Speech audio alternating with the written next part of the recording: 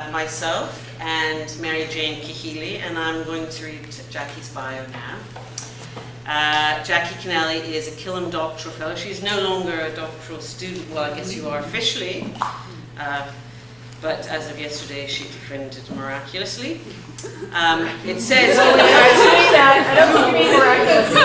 miraculously, who will defend her shirk? It says here, that's because I was about to say who will in the future defend her shirk-funded doctoral research, but in fact it's been defended, so there's no miracle. It was wonderful. Her research focuses on youth subcultures, citizenship, exclusion and belonging within the Canadian state. I'm not going to read through all of these things, but she's received numerous awards and scholarships in recognition of this work. She's the author of and co-author of journal articles and book chapters. In fact, she's a co-author with me. I'll announce our recent contract called Lost Youth in the Global City.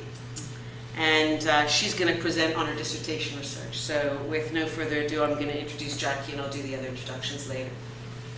Okay.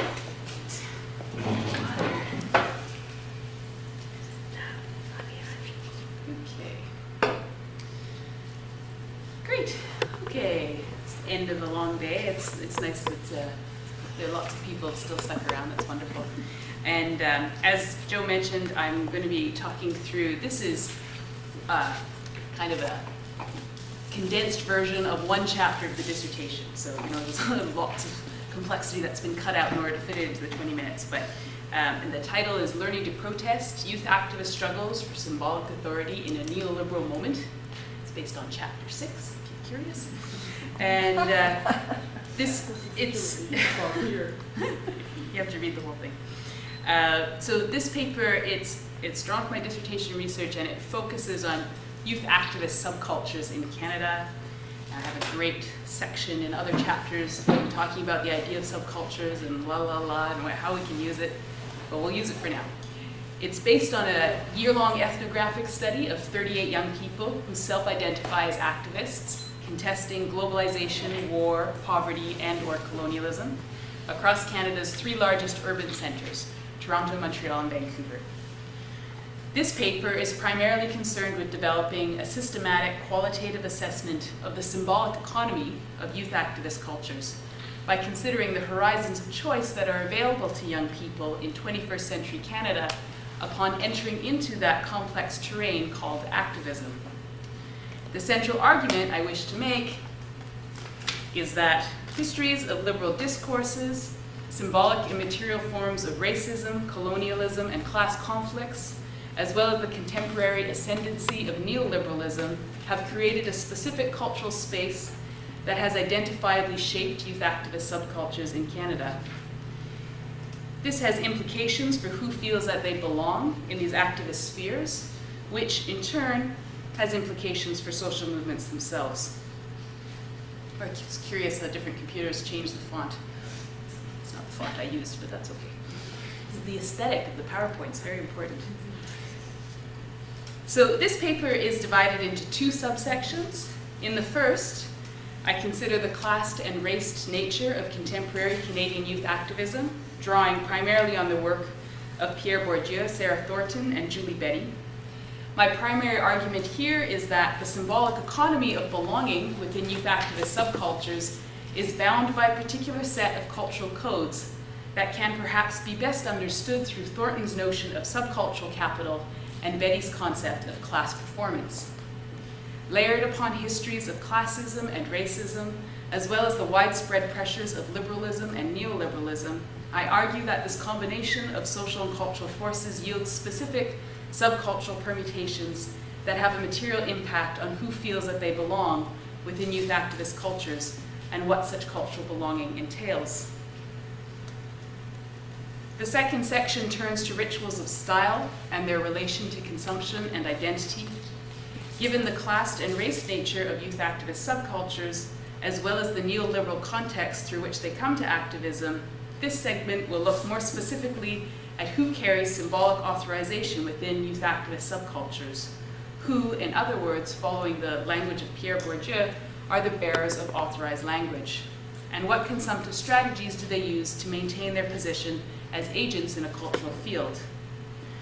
Drawing on ethnographic data concerned with such symbolic elements of subcultures as dress and appearance, as well as the ways in which specific people acquire the elusive and desirable status of being radical, I argue that the subcultural rules of comportment required within youth activist cultures are embedded within neoliberal frames of individualized consumption that have specific implications for social movements and progressive social change more broadly.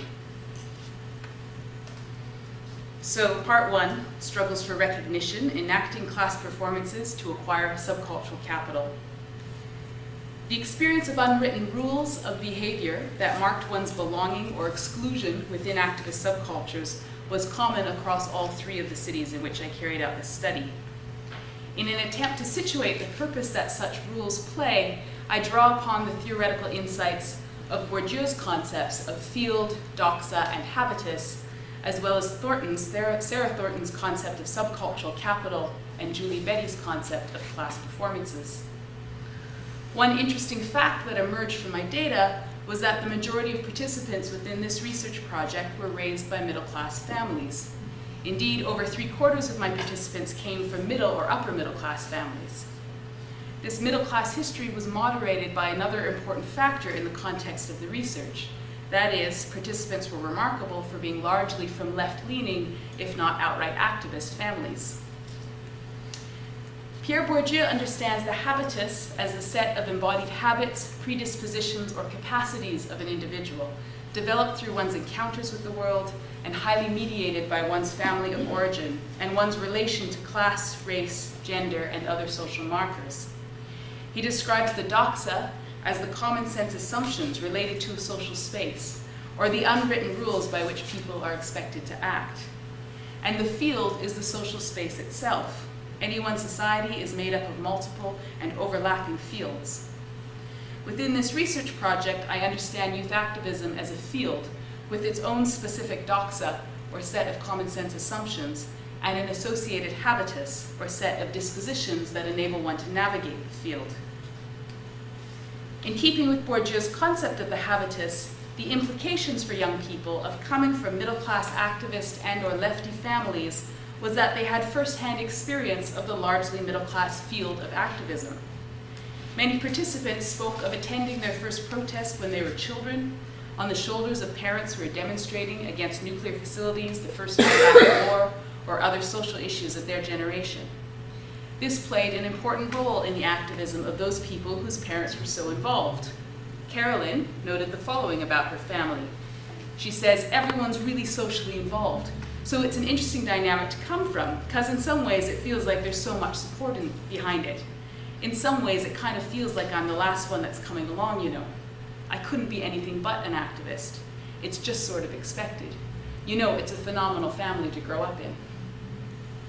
Incorporating here Bourdieu's notion of the habitus and the role it plays in structuring people's process of seeking out a field that matches their own sensibilities and experiences, we can begin to see how growing up in a home that explicitly focused on social justice concerns could both predispose a person to seeking out such social spaces, as well as provide them with the dispositions that would make accommodation within these spaces a relatively straightforward task.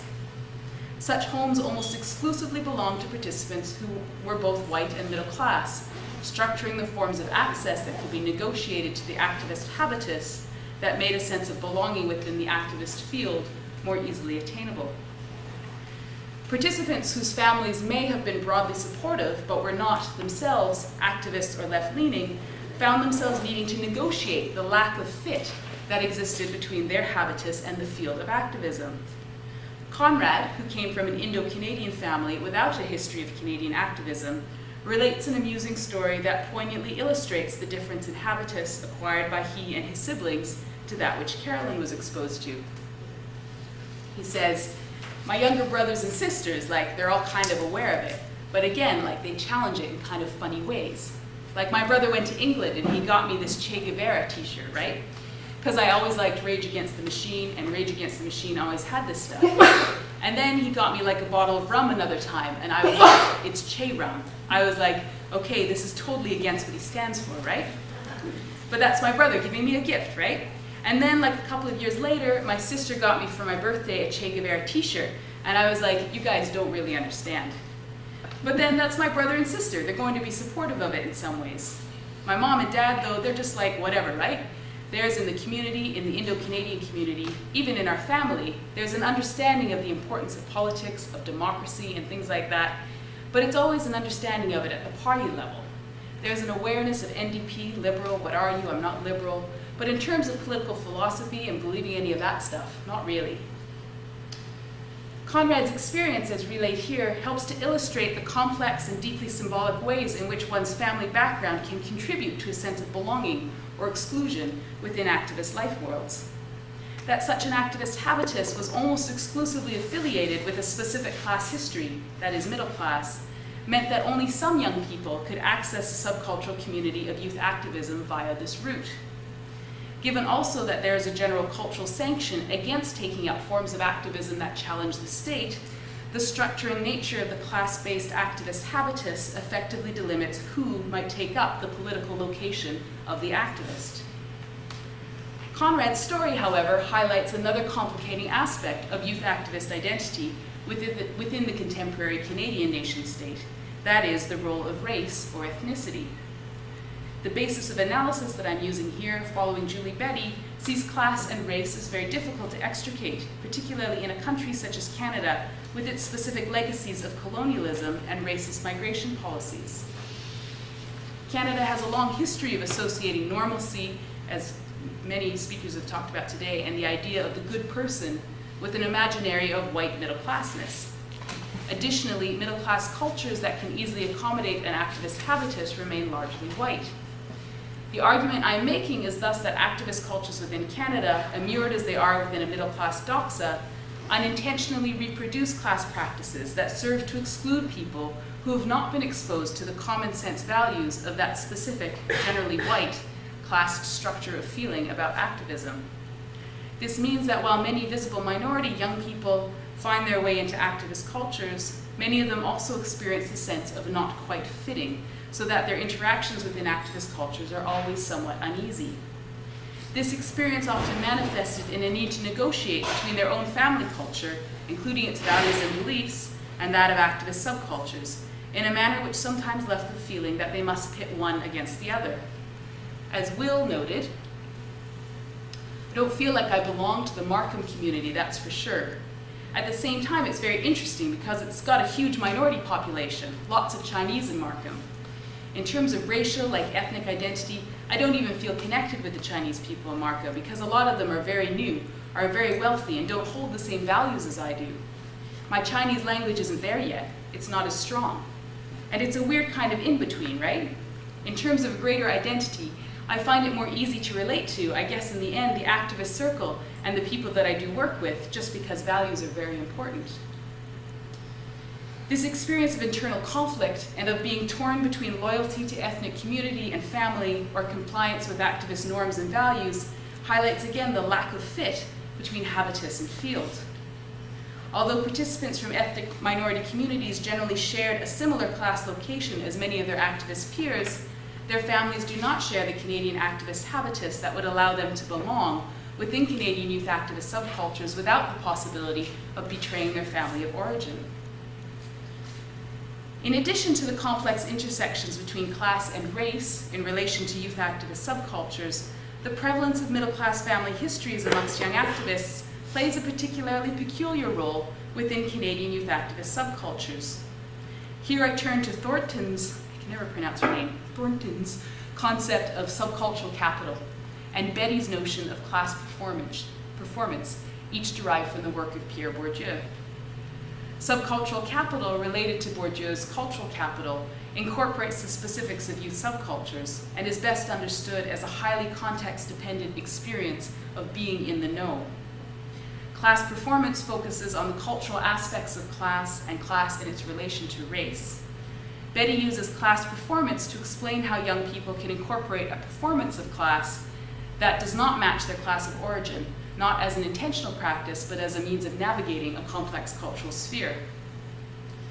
My argument is that the specific means by which young activists acquire the most subcultural capital within activist circles is to carry out a working class performance, one which often belies their own middle class histories. I termed this particular form of class performance performing grunge. Farah describes some of the specifics of this performance here. She says, "But when you're on salary and you're doing organizing, it just changes everything, you know?" I ask, "How does it change it?" She says, "I don't know, like philosophically, I have not been able to wrap my head around it. I'm still in the early stages of trying to figure it out. I've had good conversations with people about it and feel better about it for a little while, but it never lasts." I guess activism for me was about sacrificing. It was about being on welfare, as much of like a contradiction, and this may sound like it. It was a way of dropping out of the society to be able to do something that no one else would pay you for, or no one else would value, right? And there was sort of like this self-righteousness in it, and there was sort of this downward mobile bullshit about it too. But whatever it was kind of where I come from, especially organizing mostly in like white culture or punk rock activism, you know, where most are middle class and white and go on welfare to organize or whatever. Whereas Julie Betty's work focuses mostly on middle class performers, those working class young people who could disguise their class history by mobilizing middle class symbols such as success in school, in the case of my study, it tended to be middle class young people taking on a working class identity, or performing grunge, as I have called it. Farah's account offers a glimpse into what shape these subcultural pressures take for young people involved in activist worlds. The belief that one must live without material comforts, and that in order to be a good activist one must make sacrifices, is part of a constellation of expectations that mark whether one belongs within activist cultures. Participants were often at a loss to explain why these rules existed. As Farah noted, philosophically, I have not been able to wrap my head around it, other than through a general recourse to anti-consumerism. While the cycles of consumption within Canada may well be a pressing political issue, the problem with performing grunge is that it succeeds in returning the meaning of activism relentlessly and repeatedly to one's personal identity. The way in which one situates oneself within the internal power relations of activist cultures marks how well one has absorbed the unspoken subcultural norms that allow one to belong or not. What this does is conflate the notion of social change and social movements with a misconceived emphasis on one's personal attributes, a regime of emphasis that is easily reconciled within a neoliberal ideological space that asks the subject to be forever self-perfecting. That the forms of self-perfection that young activists take up have more to do with downward mobility than competing in a global economy does little to reduce the class and race harms that such performances accrue. The array of symbolic markers that I've identified as performing grunge or enacting a working class performance can be particularly bewildering for people who come from working class or working poor backgrounds trying to penetrate activist life worlds. Louisa related a story of being questioned by, being questioned by a fellow activist for working part-time at McDonald's. And I'm just going to skip the rest of that. Let's talk about part two. I'm sure I timed this and had it on time. I'll talk a bit about authorized language, which is Bourdieu's term. He defines it as the means within stratified societies whereby particular actions become imbued with particular meanings because of the differing regimes of legitimation that are attached. Authorized language is closely connected to cultural capital, and in this case, subcultural capital, whereby it is those with the appropriate cultural capital within the appropriate context or field whose utterances are given greater legitimacy. So authorized language, I suggest, exists in two ways within youth activism in Canada. The first is at the level of activism itself and the fact of how people mobilize their middle classness in order to give them legitimacy as activists. And here's a quote from Tracy who says, "If I'm a person who's going in to collect my welfare check and they won't give it to me and I make a scene in the office, am I an activist or am I just getting my check? Whereas, I turn up and I'm like, give her her check, I'm not leaving your office. Have I helped? Yeah, I have, but tomorrow I don't feel like showing up." It's kind of, I'm just always conscious of the fact that I could leave. So this is one level at which authorized language plays out, I argue, within youth activism within Canada.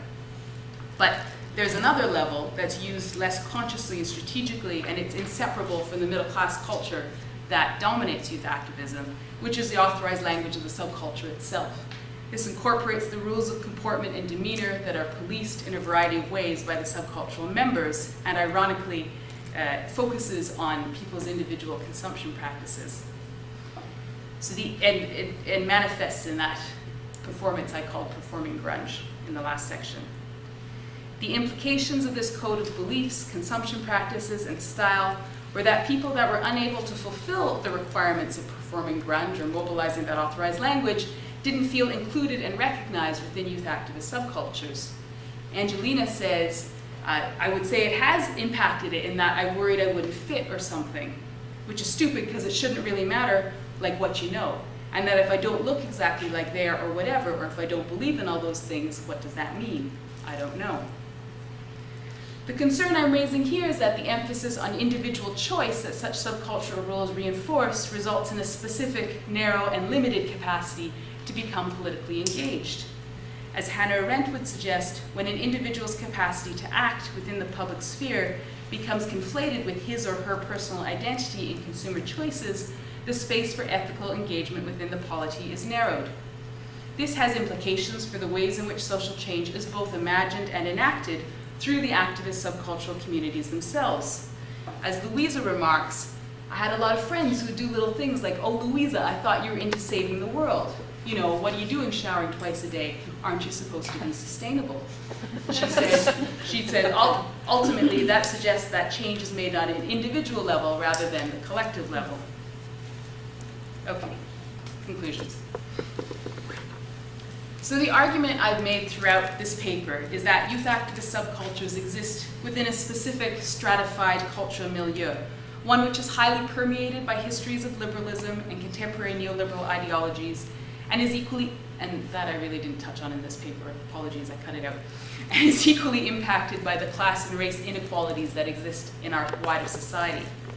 The authorized language within the subculture, which often manifests as performing grunge, creates a problematic emphasis upon individual choice as the apparent or most legitimate path to freedom or justice or social change. This particular discourse, why it's italicized, with its deep roots within traditions of liberalism, is particularly dominant in Canada and serves to mask other aspects of activist culture, such as the impacts of class and race conflicts. While such specific consumer choices can, perhaps, be used as a strategy to leverage change directed at, for example, corporations, if these consumer choices begin to align with one's sense of identity and self-worth, then the entire apparatus of social movements begins to shift towards a sectarianism that acts against the impulse for broad-based change. If the impetus for social change is to be found solely within one's personal identity and consumption choices, then arguably the foundations for a social movement will be fragile and impermanent, leading more equivocally to such emotions as guilt and anxiety over and above any capacity for recognizing and acting upon injustices. It is my concern that this means that young people are deterred from entering into the necessary practices of activist political work, or if they do become so engaged, their work can at times become ensconced in the kinds of focus on self-identity that acts against the larger goal of mitigating injustices. And I'll just leave it there for now. Thank you for your attention.